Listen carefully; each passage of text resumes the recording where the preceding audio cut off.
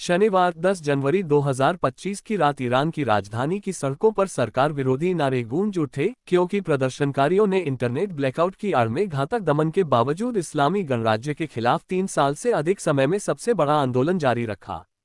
2 सप्ताह से चल रहे प्रदर्शनों ने 1979 की इस्लामी क्रांति के बाद से ईरान पर शासन कर रहे धर्मतांत्रिक अधिकारियों के सामने सबसे बड़ी चुनौतियों में से एक पेश की है। हालांकि सर्वोच्च नेता अयातुल्ला अली खामेनेई ने अवज्ञा व्यक्त की है और इसके लिए संयुक्त राज्य अमेरिका को दोषी ठहराया है। अमेरिकी राष्ट्रपति डोनाल्ड ट्रंप ने शनिवार को कहा कि उनका देश इस आंदोलन की मदद करने के लिए तैयार है। एक दिन पहले ही उन्होंने चेतावनी दी थी कि ईरान बड़ी मुसीबत में है और उन्होंने दोहराया कि जून में वाशिंगटन द्वारा इस्लामी गणराज्य के खिलाफ इजरायल के 12 दिवसीय युद्ध में समर्थन और शामिल होने के बाद वह नई सैन्य कार्रवाई का आदेश दे सकते हैं। ईरान शायद पहले कभी इतनी आज़ादी की ओर नहीं देख रहा है। अमेरिका मदद के लिए तैयार है, ट्रंप ने ट्रुथ सोशल पर एक पोस्ट में कहा। गंभीर आर्थिक दबावों के कारण भड़के प्रदर्शनों ने अपना स्वरूप बदल लिया है और अब वे धार्मिक सत्ता को उखाड़ फेंकने की मांग में तब्दील हो गए हैं। एएफपी द्वारा सत्यापित वीडियो के अनुसार शनिवार को ईरानी राजधानी के उत्तर में भीड़ फिर से जमा हो गई। उन्होंने आतिशबाजी की और बर्तन पीटते हुए अपदस्थ राजशाही के समर्थन में नारे लगाए। सोशल मीडिया पर साझा किए गए वीडियो, जिनकी एएफपी तुरंत स्वतंत्र रूप से पुष्टि नहीं कर सकी, में राजधानी के अन्य हिस्सों में प्रदर्शन दिखाए गए जहां प्रदर्शनकारियों ने सरकार विरोधी नारे लगाए। पदच्युत शाह ने प्रदर्शनकारियों का समर्थन किया। ईरान के अपदस्थ शाह के अमेरिका में रहने वाले बेटे रजा पहलवी ने शुक्रवार को हुए व्यापक विरोध प्रदर्शनों की सराहना करने के बाद शनिवार और रविवार को ईरानियों से अधिक लक्षित विरोध प्रदर्शन करने का आग्रह किया था। हमारा लक्ष्य अब सिर्फ सड़कों पर उतरना नहीं है। हमारा लक्ष्य शहरों के केंद्रों पर कब्जा करने और उन्हें अपने नियंत्रण में रखने की तैयारी करना है, पहलवी ने सोशल मीडिया पर एक वीडियो संदेश में कहा।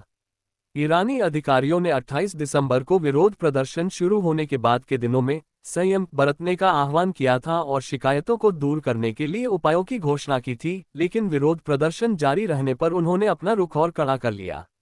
नेटब्लॉक्स नामक निगरानी समूह के अनुसार मानवाधिकार समूहों ने शनिवार को चिंता व्यक्त की कि अधिकारी 48 घंटे से चल रहे इंटरनेट ब्लैकआउट की आड़ में घातक कार्रवाई को तेज कर रहे हैं। सुरक्षित नहीं। एमनेस्टी इंटरनेशनल ने कहा कि वह उन चिंताजनक रिपोर्टों का विश्लेषण कर रहा है जिनमें कहा गया है कि सुरक्षा बलों ने गुरुवार से प्रदर्शनकारियों के खिलाफ घातक बल के गैरकानूनी उपयोग को तेज कर दिया है। नॉर्वे स्थित ईरान मानवाधिकार समूह ने कहा है कि अब तक इस कार्रवाई में कम से कम 51 लोग मारे गए हैं और चेतावनी दी है कि वास्तविक संख्या इससे अधिक हो सकती है। इसने ऐसी तस्वीरें पोस्ट की जिनके बारे में इसने दावा किया कि ये पूर्वी तेहरान के अलेक्दर अस्पताल के फर्श पर विरोध प्रदर्शनों में गोली मारकर मारे गए लोगों के शवों की हैं। आईएचआर ने कहा, ये तस्वीरें प्रदर्शनकारियों के खिलाफ अत्यधिक और घातक बल प्रयोग के और सबूत प्रदान करती हैं। एएफपी द्वारा सत्यापित एक वीडियो में दिखाया गया है कि शुक्रवार को तेहरान के सादातबाद जिले में खामेनेई मुर्दाबाद सहित सरकार विरोधी नारे लगाए गए, जबकि कारों ने समर्थन में हॉर्न बजाए। ईरान के बाहर सोशल मीडिया और फारसी भाषा के टेलीविजन चैनलों द्वारा प्रसारित अन्य तस्वीरों में राजधानी के अन्य हिस्सों के साथ साथ पूर्वी शहर मशहद, उत्तर में तबरीज और पवित्र शहर कोम में भी इसी तरह के बड़े विरोध प्रदर्शन दिखाए गए। पश्चिमी शहर हमदान में आग की लिपटों और नाचते गाते लोगों के बीच एक व्यक्ति को शाहकाल का ईरानी झंडा लहराते हुए दिखाया गया, जिस पर शेर और सूर्य का चित्र बना हुआ था।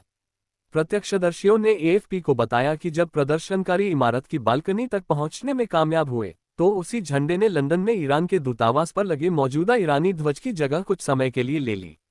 गुरुवार और शुक्रवार को तेहरान में मौजूद एएफपी के एक पत्रकार ने किसी भी विरोध प्रदर्शन से पहले सड़कों को सुनसान और अंधेरे में डूबा हुआ देखा।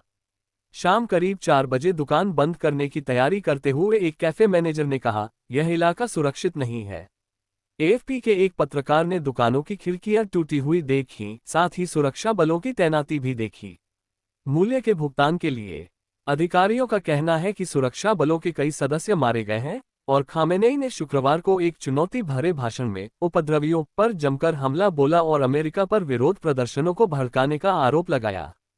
शनिवार को सरकारी टेलीविजन ने विरोध प्रदर्शनों में मारे गए सुरक्षा बलों के कई सदस्यों के अंतिम संस्कार की तस्वीरें प्रसारित की, जिनमें दक्षिणी शहर शिराज में आयोजित एक बड़ी सभा भी शामिल थी। इसमें मस्जिद समेत जलती हुई इमारतों की तस्वीरें भी दिखाई गईं।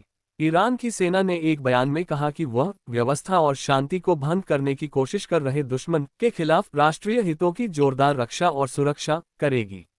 वैश्विक नेताओं ने ईरानी अधिकारियों से संयम बरतने का आग्रह किया है। यूरोपीय संघ की प्रमुख उर्सुला वॉन डेर लेयन ने कहा कि यूरोप ईरानियों के जन विरोध प्रदर्शनों का समर्थन करता है और प्रदर्शनकारियों के खिलाफ हिंसक दमन की निंदा करता है। ईरान में कामकाजी सप्ताह की शुरुआत वाले शनिवार के दिन तेहरान में एक व्यक्ति ने कहा कि वह अपने काम से संबंधित ईमेल की जांच नहीं कर पा रहा था। उन्होंने कहा, जनता की जीत से पहले यही कीमत चुकानी पड़ती है।